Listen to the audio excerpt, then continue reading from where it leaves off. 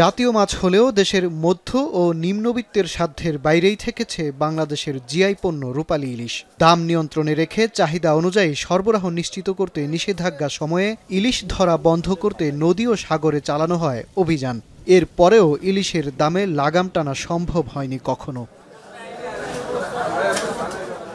বরাবরের মতোই ঊর্ধ্বমুখী মূল্যের কারণ হিসেবে গত ১৫ বছরে বারবার আওয়ামী লীগ সরকারকে সমালোচিত হতে হয়েছে সাগর সীমান্তে ভারতীয় জেলেদের হাত থেকে ইলিশ রক্ষার ব্যর্থতায়। দেশের মানুষের হাতের নাগালের বাইরে থাকলেও ভারতকে পূজায় ইলিশ উপহার পাঠানোর সমালোচনা থেকেছে দেশবাসীর মুখে মুখে। ক্ষমতা গ্রহণের পর ভারতে ইলিশ উপহার না পাঠানোর ঘোষণায় প্রশংসা পেয়েছে অন্তর্বর্তী সরকার। জানানো হয়েছিল দেশে সরবরাহ ঠিক রাখতে ভারতে বাণিজ্যিকভাবেও পাঠানো হবে না ইলিশ। এলো ভিশন মুশকিল আসান অফার। যে কোনো ব্র্যান্ডের পুরনো ফ্রিজ নিয়ে চলে আসুন ভিশন শোরুমে আর নিয়ে যান নতুন ভিশন ফ্রিজ 20% পর্যন্ত ছাড়। দেশের মানুষকে না খাইয়ে বাইরে পাঠানো আমি কোনো মতে অ্যাপ্রুভ করি না।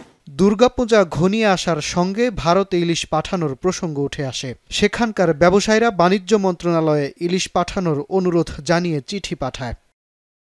শনিবার বাণিজ্য মন্ত্রণালয় পূজায় ৩,০০০ টন ইলিশ পাঠানোর অনুমোদন দেয়। এই ঘোষণায় ফিরে আসে ইলিশ রাজনীতির পুরনো আলোচনা।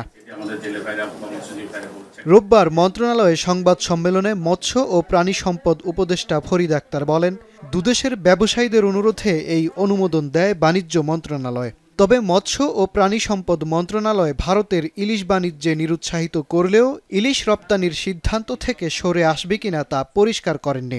ভারতের যারা মৎস্য ব্যবসায়ী এবং বাংলাদেশের মৎস্য ব্যবসায়ী তারা একটা অনুরোধের প্রেক্ষিতে এটা বাণিজ্য মন্ত্রণালয় দিয়েছে। এর সাথে মৎস্য ও প্রাণী সম্পদ মন্ত্রণালয়ের কোনো সম্পর্ক নেই।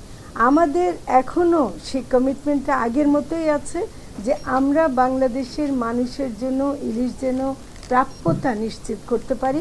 এবং ভারতে ইলিশ রপ্তানির খবরে বাজারের দাম বাড়লে তার বিরুদ্ধে ব্যবস্থা নেওয়া হবে বলে জানিয়ে উপদেষ্টা বলেন, ১৩ অক্টোবর থেকে ৩ নভেম্বর পর্যন্ত বন্ধ থাকবে ইলিশ আহরণ।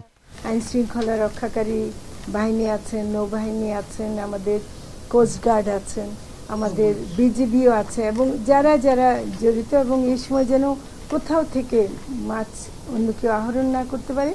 এবার মৌসুমে ইলিশ উৎপাদন হয়েছে ৫,৩০,০০০ টন। মাঝার মাহবুব, এখন, ঢাকা।